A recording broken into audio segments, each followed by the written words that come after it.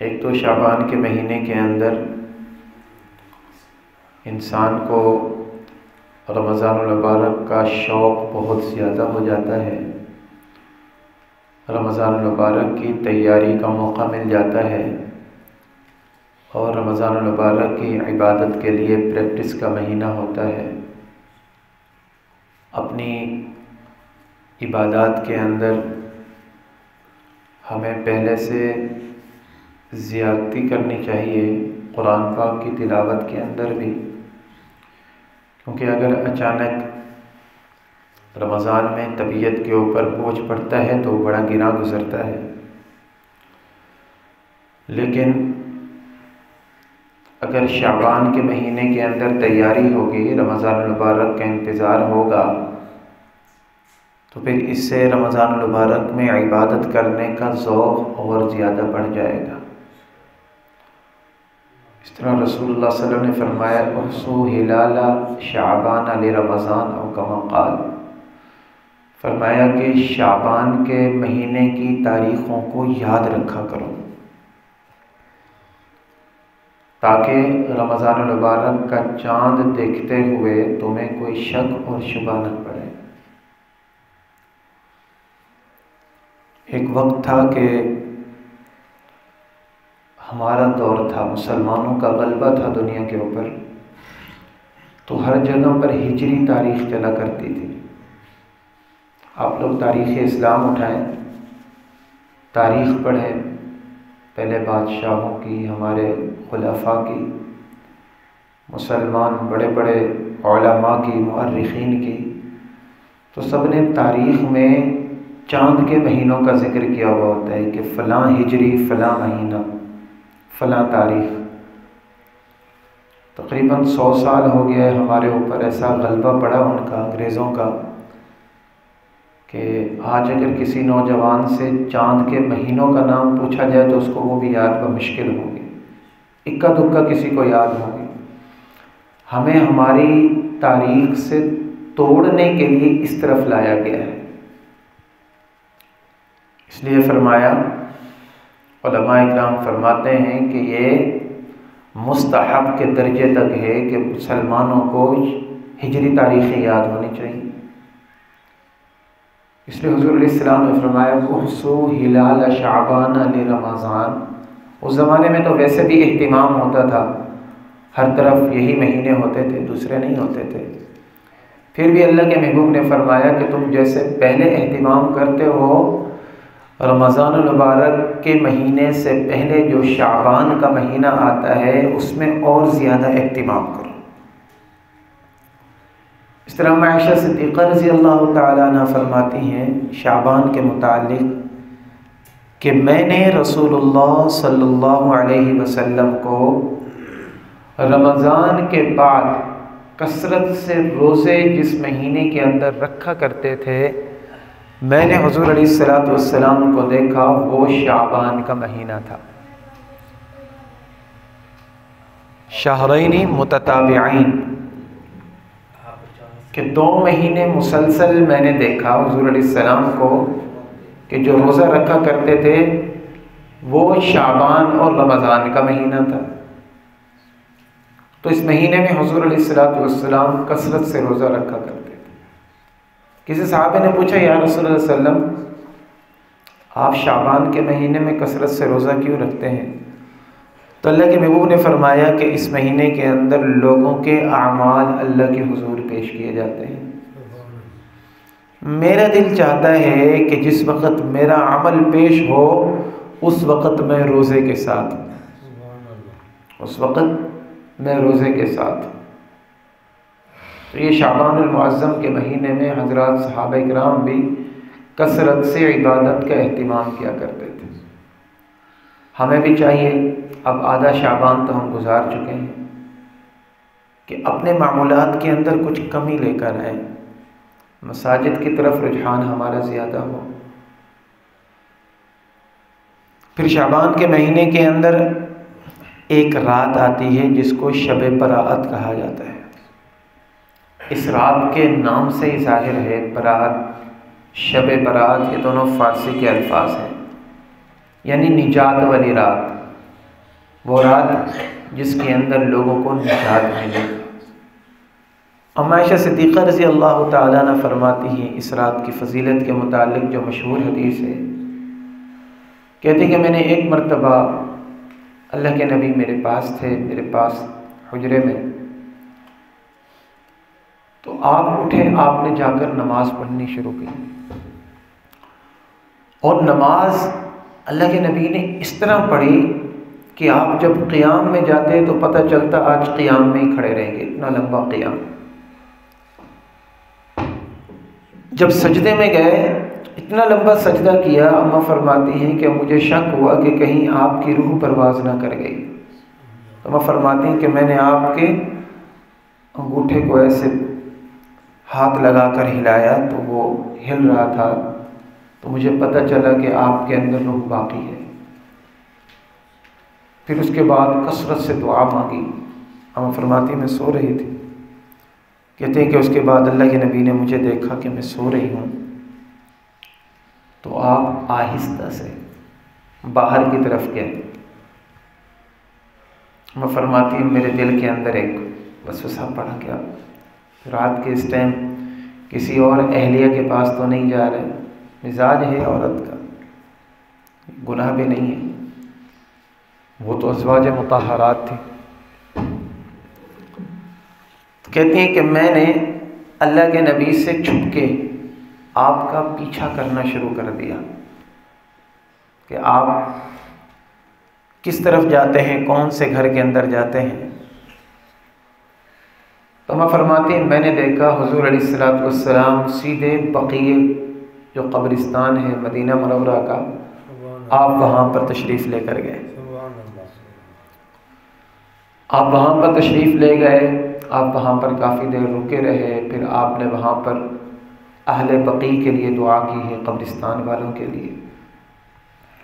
پھر اس کے بعد جب آپ علیہ السلام واپس آنے لگے تو میں آپ علیہ السلام سے چھپ کر دوڑ کر آ کر اپنے بستر میں آ گئی، سو گئی۔ تو اللہ کے نبی واپس آئے تو آپ نے دیکھا میرا سانس پھولا ہوا تھا۔ فرمایا عائشہ تم کیا سمجھتی ہو میں تمہارے ساتھ خیانت کروں گا؟ میں تمہارے ساتھ خیانت نہیں کرتا، تم میرے پیچھے آئی تھی۔ پھر اللہ کے نبی نے مجھ سے پوچھا عائشہ تمہیں پتہ ہے آج کون سی رات ہے؟ اس میں کہا اللہ و رسول عالم، اللہ اور اللہ کے رسول بہتر جانتا ہے۔ تو میں فرماتی کہ حضور علیہ السلام نے مجھے بتایا عائشہ آج نصف شعبان کی رات ہے، 15 شعبان کی رات ہے۔ پھر فرمایا کہ تمہیں پتہ ہے اس رات میں کیا ہوتا ہے؟ کہا نہیں وہ تو مجھے پتہ نہیں ہے۔ آپ علیہ السلام نے فرمایا کہ اس رات کے اندر اللہ رب العزت قبیلہ بنو کلب کی جو بکریاں ہیں ان بکریوں کے بالوں کے برابر لوگوں کی مغفرت فرماتا ہے۔ ایک بکری کے بال گننے کی ہمارے اندر جرت نہیں ہے، ہماری جرت نہیں ہے۔ عرب کے اندر رواج تھا بکریاں رکھی جاتی تھی، اور عرب کے اندر جو مشہور قبیلہ تھا نا جس کے پاس بہت زیادہ بکریاں تھیں وہ بنو کلب کا قبیلہ تھا۔ اللہ تعالیٰ کمی بیشی معاف کرے، میں نے ایک جگہ پر پڑھا کہ ایک ایک گھر کے اندر سینکڑوں بکریاں ہوتی تھیں، ایک گھر کے اندر سینکڑوں بکریاں ہوتی تھی، اور پورے قبیلے کے اندر کئی ہزار بکریاں ہوں گی، اور کئی ہزار بکریوں کے جسموں کے اوپر ان گنت بال ہوں گے، میرا اللہ جانتا ہے۔ تو اللہ کے محبوب نے فرمایا نصف شعبان کی رات ہے، اللہ رب العزت قبیلہ بنو کلب کی بکریوں کے بالوں کے برابر لوگوں کی مغفرت فرماتا ہے۔ ایک پھر فرمایا کہ جب یہ رات شروع ہوتی ہے اللہ رب العزت پہلے آسمان پر تشریف لے آتے ہیں، اور پھر اللہ رب العزت کی طرف سے فرشتہ اعلان کرتا ہے حل من مستغفر، پہلا لفظ کیا ہے کوئی معافی کا طلبگار جو اپنے گناہوں سے تنگ آ چکا ہو، جس کے دل کے اندر خشیت آ چکی ہو کہ میں نے مرنا ہے، اللہ کے سامنے پیش ہونا ہے۔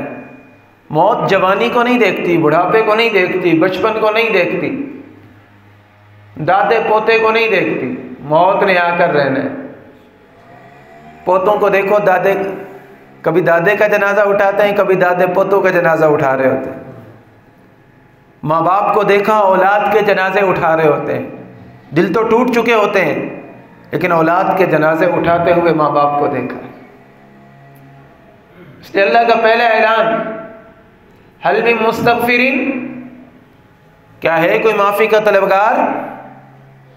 کیا ہے جو گناہوں سے تھک چکا ہو، معافی کا طلبگار ہو، میرے دربار میں آ کر معافی مانگے؟ اللہ رب العزت کا وعدہ ہے اغفر لہ، میں اس کو معاف کر دوں گا۔ اللہ رب العزت کی طرف سے یہ پہلی منادی کی جاتی ہے۔ اور پھر اللہ قرآن میں فرماتا ہے لا تقنطوا من رحمت اللہ، کہ اللہ کی رحمت سے مایوس نہ ہونا۔ کسی کو یہ حق حاصل نہیں ہے وہ کہہ دے کہ فلاں کو معاف کرے گا، فلاں کو معاف نہیں کرے گا۔ اللہ کی رحمت ہے، اللہ کی مرضی ہے، اور اللہ فرماتے ہیں ان اللہ یغفر الذنوب جمیعا، اللہ رب العزت تمہارے سارے گناہوں کو معاف کر دے گا۔ اللہ کے نبی جب معراج کی رات گئے ہیں تو آپ نے عرش کے اوپر ایک بات لکھی ہوئی دیکھی ہے اور امت کو بتائی ہے۔ وہ بات کیا لکھی تھی؟ اللہ رب العزت نے یہ لکھوایا ہے اپنے عرش کے اوپر کہ میری رحمت میرے غصے کے اوپر زیادہ ہے، مجھ سے میری رحمت کی طلب کی کرو، مجھ سے رحمت مانگی کرو۔ کتنا خوش نصیب ہوگا وہ بندہ جو شب برات کی رات اللہ رب العزت سے اپنے گناہوں کی معافی کروا لے۔ دوسرا اعلان حل من مسترزق، پوری دنیا کے لوگ جس چیز کی وجہ سے پریشان ہیں، کاشتکار بھی رو رہا ہے، ذمہ دار بھی رو رہا ہے، بزنس مین بھی پریشان ہے، سیاستدان بھی پریشان ہے، وزیر بھی پریشان ہے، مشیر بھی پریشان ہے، معاشی حالات ٹھیک نہیں ہو رہے، معیشت ہماری تباہ ہوتی جا رہی ہے، کھانے کو نہیں ہے، پہننے کو نہیں ہے، گزارے لائق کما رہے ہیں۔ کیا وجہ بنی؟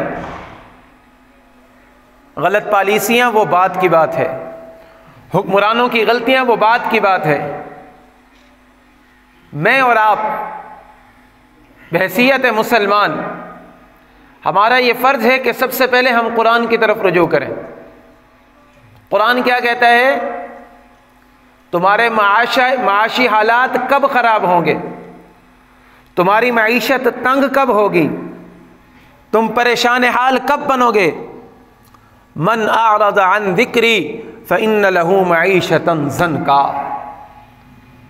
جو میرے ذکر سے منہ پھیر لے گا، میری عبادت کو چھوڑ دے گا، میری نافرمانی پر کمر بستہ ہو جائے گا، نافرمانی کر کے خوشی حاصل ہوگی اس کو، اور اللہ رب العزت کی نافرمانیاں علی الاعلان کی جائیں گی، گناہوں کی مجالس کو قائم کیا جائے گا اور اس کے اوپر بڑا فخر کیا جائے گا۔ اللہ رب العزت کا حکم جہاں پر توڑا جا رہا ہو وہاں پر لوگوں کے انبار لگے ہوئے ہوں گے، مجلسیں لگی ہوئی ہوں گی، جوا عام ہو جائے گا، شراب نوشی عام ہو جائے گی، زنا کو عیب نہیں سمجھا جائے گا، بے پردگی ہر طرف ہو جائے گی، حرام خوری کماتے ہوئے، لیتے ہوئے، دیتے ہوئے سوچا نہیں جائے گا کہ یہ کہاں سے آ رہا ہے، کیسے آ رہا ہے۔ زیادہ پیسے ہونے کے باوجود اللہ رب العزت ان کے پیسوں سے برکت کو ختم کر دے گا اور ان کی معیشت کو اللہ رب العزت تنگ کر دے گا۔ قرآن کا فیصلہ ہے، یہ میرے الفاظ نہیں ہیں، 16واں سپارہ ہے۔ من اعرض عن ذکری فإن له معیشتا ضنکا ونحشره یوم القیامت اعمی، جو اللہ کے ذکر سے منہ پھیر لے گا اللہ رب العزت اس کی معیشت کو تنگ کر دے گا۔ پھر فرمایا نحن قسمنا بینہم معیشتہم فی الحیات الدنیا، تم کیا سمجھتے ہو کہ یہ تمہاری کارستانیاں تمہاری طرف سے تقسیم کرنا، فلاں وزیر کو یہ عہدہ دے دیا، فلاں بندے کو یہ عہدہ دے دیا، تم معیشت کو بہتر کر لو گے؟ نہیں نہیں نہیں، اللہ فرماتے ہیں معیشت میرے ہاتھ کے اندر ہے۔ یہ 25واں سپارہ ہے، نحن قسمنا بینہم معیشتہم فی الحیات الدنیا، کہ دنیا کی زندگی کے اندر لوگوں کے درمیان میں نے تقسیم کیا ہے۔ واللہ یقبض و یبسط، اللہ فرماتا ہے کہ میں قدرت رکھتا ہوں، تم سے چھین لوں، تمہاری روزی کو بڑھا دوں، تمہاری روزی کو گھٹا دوں، مجھ سے پوچھنے والا کوئی نہیں ہے۔ میں نے کتنی بار لوگوں کو دیکھا کہ کبھی کبھی ان کے پاس بڑی بڑی گاڑیاں ہوتی ہیں، بڑے بڑے گھر ہوتے ہیں، پھر ایسے بیچارے قرضوں تلے ڈوب جاتے ہیں کہ ان کو کھانے کے ماندے پڑ جاتے ہیں۔ اس لیے میرے بھائیوں، اگر ہمارے حالات خراب ہیں، حکمرانوں سے پہلے ہم نے اپنے گریبان میں جھانک کر دیکھنا ہے کہ کیا ہم نے اللہ کو راضی کرنے والے کام کیے ہیں۔ حدیث پاک کے اندر آتا ہے، حضور علیہ الصلوۃ والسلام نے فرمایا کہ لوگوں کے دل اللہ کی 2 انگلیوں کے درمیان ہیں، قدرت کی۔ اللہ کی مرضی چاہے دلوں کو ادھر کر دے، چاہے تو ادھر کر دے۔ ہمارے استاد جی فرمایا کرتے تھے، کراچی کے ہمارے استاد جی ہیں، وہ کہتے ہیں کہ اگر سارے لوگ اللہ والے بن جائیں گے، سارے لوگ نیکوکار بن جائیں گے، ایک دوسرے کا حق دبانا چھوڑ دیں گے، حق کھانا چھوڑ دیں گے، مساجد کو آباد کریں گے، نیکی کے کاموں میں لگ جائیں گے، تو پھر اللہ ان کے اوپر ظالم حکمران کیوں مسلط کرے گا؟ ما یفعل اللہ بعذابکم ان شکرتم وآمنتم، یہ قرآن کی آیت ہے۔ اللہ کہتا ہے اللہ تمہیں عذاب دے کر کیا کرے گا؟ اللہ تمہیں تنگ کر کے کیا کرے گا؟ اللہ تمہیں پریشان کر کے کیا کرے گا؟ ان شکرتم وآمنتم، تم ایمان لے آؤ، اللہ کے شکر گزار بندے بنو۔ اور شکر گزاری کیا ہے؟ اللہ کا جو حکم جس وقت میری طرف آپ کی طرف متوجہ ہو رہا ہے اس کو اپنی زندگی کے اندر لے کر آنا۔ اللہ نے کہہ دیا سود حرام ہے تو حرام ہے، سود کی طرف نہیں جانا۔ 1 روپیہ بھی حرام، 1 لاکھ روپیہ بھی حرام۔ اللہ نے فرما دیا نماز پڑھنی ہے تو پڑھنی ہے، سفر کے اندر بھی پڑھنی ہے، حضر کے اندر بھی پڑھنی ہے، بیماری کے اندر بھی پڑھنی ہے، شفا کے اندر بھی پڑھنی ہے، جوانی میں بھی پڑھنی ہے، بڑھاپے میں بھی پڑھنی ہے۔ اور کتنی اللہ تعالیٰ کی طرف سے رعایت ہے کہ میرا بندہ تو کھڑے ہو کر نہیں پڑھ سکتا تو بیٹھ کر پڑھ لے، بیٹھ کر نہیں پڑھ سکتا تو لیٹ کر پڑھ لے، لیٹ کر نہیں پڑھ سکتا تو اشارے کے ساتھ پڑھ لے، تو میرے سامنے آ تو صحیح۔ لئن شکرتم لأزیدنکم، اگر تم شکر گزار بندے بنو گے اللہ کا وعدہ ہے کہ اللہ اپنی نعمتوں کو تمہارے اوپر ضرور بڑھا دے گا۔ لأزیدنکم، یہ لام تاکید کی ہے کہ اللہ ضرور تمہاری نعمتوں کو بڑھائے گا۔ تو دوسرا اعلان کیا ہوتا ہے؟ حل من مسترزقن، کیا ہے کوئی روزی کا طلبگار، بے روزگار نوجوان، بے روزگار طبقہ، بے روزگار قوم، بے روزگار لوگ جو معیشت کی وجہ سے پریشان ہوں؟ اللہ فرماتے ہیں یہ میرا اعلان ہے، تو میرے پاس شب برات میں آ کر یہ مانگ، میرا وعدہ ہے کہ میں تجھے روزی عطا کر دوں گا، تجھے میں روزی عطا کر دوں گا۔ تیسرا اعلان کیا ہے؟ کوئی پریشان حال جس کے دل کے اوپر بوجھ ہو، پریشان ہو، مصیبتوں نے اس کو گھیرا ہوا ہو اور اپنا دکھ درد غم کسی کو نہ بتا سکتا ہو، اللہ فرماتا ہے میرا بندہ تو میرے سامنے آ جا، میں تیرے سارے دکھ درد کو ختم کر دوں گا۔ شرط کیا ہے؟ یہ جبین نیاز پروردگار عالم کے سامنے جھکانے والے بن جائے گا۔ یہ شب برات میں اللہ رب العزت کی طرف سے یہ 3 اعلان ہوتے ہیں۔ حدیث پاک کے اندر آتا ہے کہ کوئی ایک دفعہ نہیں، پوری رات یہ منادی لگتی رہتی ہے۔ خوش نصیب افراد ہوتے ہیں جو اس رات کو قیمتی بناتے ہیں، اس رات کے اندر اللہ رب العزت کی طرف رجوع کرتے ہیں۔ پھر فرمایا فیہا یفرق کل امر حکیم، یہ قرآن کی آیت ہے کہ یہ لیلہ مبارکہ ہے، برکت والی رات ہے۔ اس کے اندر کیا ہوتا ہے کہ تمہاری لوگوں کی تقدیروں کے فیصلے کیے جاتے ہیں. کس کو کتنی روزی ملے گی، کس کو کتنی زندگی ملے گی، کس کی شادی ہوگی، کون بیمار ہوگا، کس کو خسارہ آئے گا، کس کو نفع ملے گا، کون رہے گا، کون نہیں رہے گا، اقتدار کس کے پاس رہے گا، عزت کس کی رہے گی، ذلیل کس کو کیا جائے گا، رسوا کس کو کیا جائے گا، یہ سارے کے سارے فیصلے اس رات کے اندر اللہ رب العزت کی طرف سے ہوتے ہیں. اللہ کے محبوب نے یہ رات جاگ کر گزار کر امت کو سبق دیا ہے. اللہ کے نبی تو ہر رات کو جاگا کرتے تھے، اور کتنے جاگے، کتنی عبادت کی. اللہ کو کہنا پڑا میرے محبوب قم اللیل الا قلیلا. او میرے محبوب آپ کو تو میں نے وجہ تخلیق کائنات بنایا ہے، آپ اتنا جاگتے ہیں، اتنی عبادت کرتے ہیں کہ اللہ رب العزت کو ساتوں آسمانوں کے اوپر سے پیغام بھیجنا پڑا قم اللیل الا قلیلا، کہ آپ تھوڑا جاگا کریں. نصفہ او انقص منہ قلیلا، آدھی رات جاگ لیں، اس سے بھی کم کر لیں، آپ کو عبادت کرنے کی ضرورت نہیں ہے اتنی. لیکن اماں فرماتی ہیں پیارے محبوب دو عالم صلی اللہ علیہ وسلم کی عبادت کا کیا علم تھا. اماں فرماتی ہیں کہ میں نے دیکھا آپ رات بھر کھڑے رہے، رات بھر کھڑے ہوئے ہیں.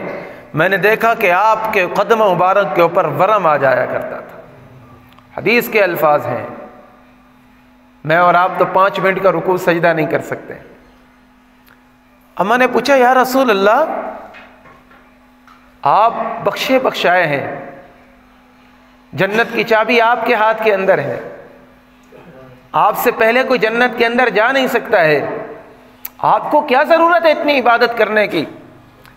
فرمایا افلا اکون عبدا شکورا، کیا میں اللہ رب العزت کا شکر گزار بندہ نہ بنوں. میرے بھائیوں، میرے ساتھ آپ کے ساتھ اللہ کے نبی نے کیا محبت کی ہے سنو.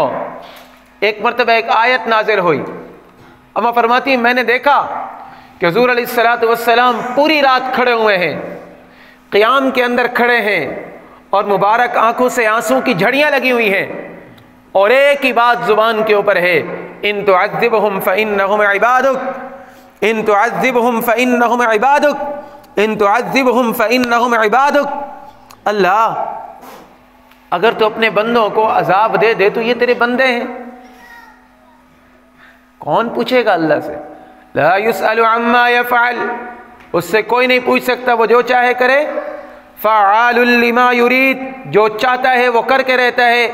ان بطش ربک لشدید، تیرے رب کی پکڑ بڑی سخت ہے.